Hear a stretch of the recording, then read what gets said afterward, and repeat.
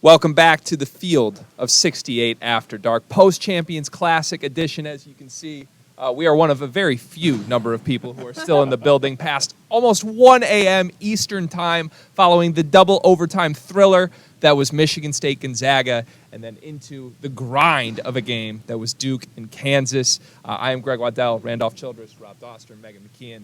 It's great to see you all. Thanks for staying up with us if you are here. Let's jump right in. Let's go into Duke and Kansas first. As I mentioned, bit of an ugly game.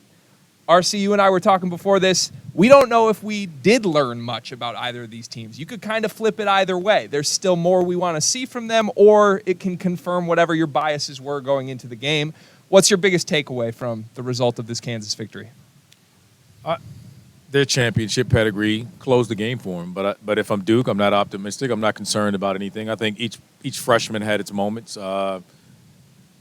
We questioned what we were going to get out of Jeremy Roach. Was he going to lead this group? Well, if Jeremy Roach isn't in there in the first half, Duke's blown out by 20 in the first half, and this game's over. So Filipowski showed up, gave us something. Like I said, every guy had a moment. They lost to a championship team. No reason to put your head down.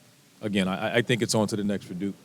This Duke team, to me, looks like a lot of really talented pieces that don't have enough chemistry just yet. Right. Still trying to learn how to play with each other. Roach is the glue that's going to keep them together. Like you mentioned, there were freshmen that had times that were really good.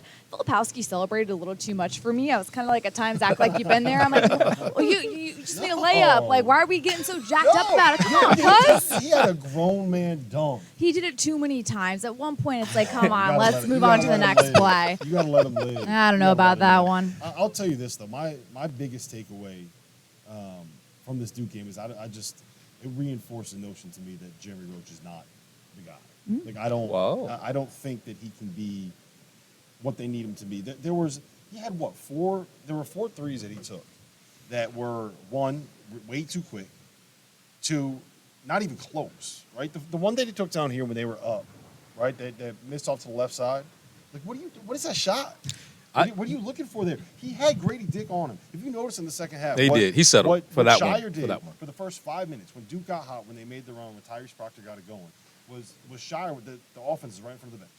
And Shire is sitting there saying, I need this guy on, or I need you to run offense at this guy. I need you to go at Grady Dick. I need to find a way to get him involved in the ball screen action. And it worked. And that's how they got going in the second half. Jeremy Roach has Grady Dick isoed at the top of the key. I think there's like 3 minutes left. It's a close game. And he settles for that three. What are we doing? Where's that shot? I'm almost the opposite of you, though. I felt as though he wore down in fatigue, and that was part of his judgment because I checked that box the first half because I felt like, okay, he has shown me you can argue the first half he was the best player on the floor. For Duke, I think for the game. For the game. I mean, even for the game, because I think if it was not for him, it's a blowout. Wilson doesn't exist. No. I just said the first half. The first half. And I think he wore down because he had to create so much for those guys. And I just, watching it, I just felt like it took a lot out of him. So the second half, I think he settled. He got fatigued. But he did have a couple moves in the first half. The one where he split the ball screen and got to there and had the reverse layup. Like, that was... He also took 17 shots, 6 for 17. What concerned me about Duke was 8 assists off 24 made buckets. That's not Which hasn't been the norm. Yes. Hadn't been the norm. That's something that needs to be addressed. I think it's hard to evaluate this team in the lens of tonight because they're missing Dariq Whitehead. Like, what are we doing? This team, their ceiling in March is going to be so different than what we saw tonight as soon as he's back on the floor, right? Well, people want to say that, but again, I don't know if he's the creator either. Like, they need, Proctor is that guy, and he showed you flashes that they can put the ball in his hand. I mean, Dariq's another player, and he's going to provide versatility, but I don't know if he's another creator for others. Does his presence allow Roach to maybe be more of that creator, though, and then he can fulfill the scoring burden? That's what it is it takes some of the defensive focus off of Jeremy Roach. Because right now, outside of him, who are they going to go get you a bucket when you need a shot? Right? And that's what we saw. If you have Tyrese Proctor be the guy that defenses have to pay attention to, or if you're trying to hide Grady Dick on him and you can't do that, that changes what you could be offensively. Yeah. But can we talk about Kansas? Can we talk about the way that they played down the stretch? Can we talk about Can we talk about Grady Dick? Can we talk about Grady Dick? The 7 straight points that he had? He did. I mean, look, that to me right there, that was the difference between these two teams. Like, that was kind of an ugly rock fight, especially the last 8 to 10 minutes of that game. Right. But when it changed was because Grady Dick had the 7 straight points. It was the 3, it was the lob, and it was that layup. I don't know how he got that thing Got off. into the basket. Because he took off like 10 feet from the basket. I got to tell you the best part. Jeff Goodman tweeted like right before that happened that he was doing nothing, that he was a non-factor. What the heck? And then all of a sudden Grady Dick went off and essentially won the game for Kansas. I didn't even know he was out there. I was looking like, where is he? Where is he? And I looked up and he he snatched him. Yeah, he didn't take a shot. Yeah. No, but see, I was sitting next to Goodman, and like he tweeted, I think the exact tweet was, Kansas needs to find a way to get Grady Dick going if they're going to win. And he scored 7 straight points. There you now, go. all we're going to have to hear about is like, I told you. See, There he is now. On cue. On cue, he walks up now. Listen, speaking of great Goodman tweets tonight, we're going to talk about the Michigan State game later. But right before Tom Izzo drew up 2, not 1, 2 of the most beautiful game-winning sets that I've seen in a very long time, we had Goodman refer back to the ugly set that Tom Izzo drew up on the aircraft carrier. So he was 2 for 2 tonight in late game with Grady Dick and with Tom Izzo criticisms. But while we're on Kansas here, though, you mentioned how many shots Jeremy Roach took tonight. Can we talk about how many shots Jalen Wilson took? 26. I mean, oh my goodness. For both teams, because listen, they're switching everything.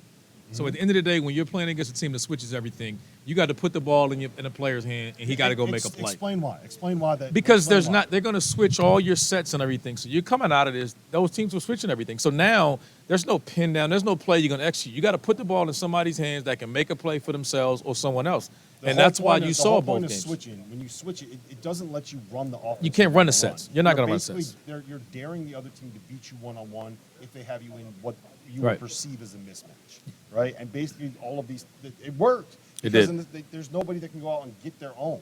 You saw the 2 best players on the floor just put their teams on their back. They didn't play great, didn't shoot it great. But again, it wasn't that type of game. It was a rock fight. Kansas just showed their pedigree at the end. You want another hot take? I got another hot take for you. Always. Jalen Wilson finished with 25, 11, and 5 assists, right? And we're kind of sitting here like, I don't know if he played that well. If he goes 2 for 7 or 3 for 7 from 3, and we're talking about him having a 30 ball and Kansas winning by double digits, like then all of a sudden we're all sitting here like he's National Player of the Year. Like, is this the best dude in the country? Well, yeah. If Jalen Wilson takes a 15% jump from 3-point shooting, he is that good. He's a first-team All-American. Uncles and aunts. Right. My uncle had a Grady. She'd be my aunt, whatever it is. Right. So I butchered that, but it's one of we understood what you're going for. Last thing for me on this game, because I think you actually tweeted this out at one point. One of the adjustments that it seemed like Shire did in the second half was force Kansas offensively to try to finish over the towers they have down low, and then really forced Kansas's centers to beat anything. And it seemed that Kansas didn't really have much of an answer there. Do you worry about that going forward? Yeah, I do. It's a concern because my vision of this game, the way I thought it was going to play out, is that you could attack the 4 spot, right? That was going to be the mismatch that Kansas won. They got 25, 11, and 5 out of Jalen Wilson, and they still needed, like, let's call it what it is, kind of a lucky run at the end to be able to win this game, right? I thought that Duke won that 4 spot matchup. Is that fair to say? Yeah. I think Kyle Filipowski was as good as he needed to be. Better than Wilson? No, I'm saying that when they won that matchup, the front court in total, because they didn't have to guard the 5. So you might have all of these guys in these mismatches, and Jalen Wilson able to get by his guy and get to the rim, and you know what's waiting there? 7-foot redwood, right? What's most concerning about that is the fact that no one can make a shot from the outside as well. So you're driving in, you're getting paint touches, but then you're going 15% from beyond the arc. That's concerning. You got to be able to have somebody who's going to knock it down a shot. Now, Grady Dick has proven that he can be that player to knock down shots consistently. We didn't see that necessarily as much tonight, though. That'll be the concern, though, going forward against Duke, is the length is protecting the paint. But if you're playing against a better team that spaces you out, we were talking about that, Megan, watching the game. No one shot the 3 ball today. Well, I mean, Duke finished up 3 for 21, and Kansas with 3 for 19. So if you got to punish that lineup being able to stretch the floor. If not, their length is going to bother you and shut the paint down. And Kansas struggled, but again, they found a way to pull it out. I mean, both teams played hard defensively. I don't think there's anything to be concerned about if I'm watching either team after the night, and I don't know if there's anything we learned about either team. I still think there are plenty of concerns. But things that we didn't, they weren't answered. It's the same. It's going to be the same. It's the same thought that we had. Like I don't know how much we actually learned. Right. On the fact, like, you know what? The concerns are there, or what you thought you knew.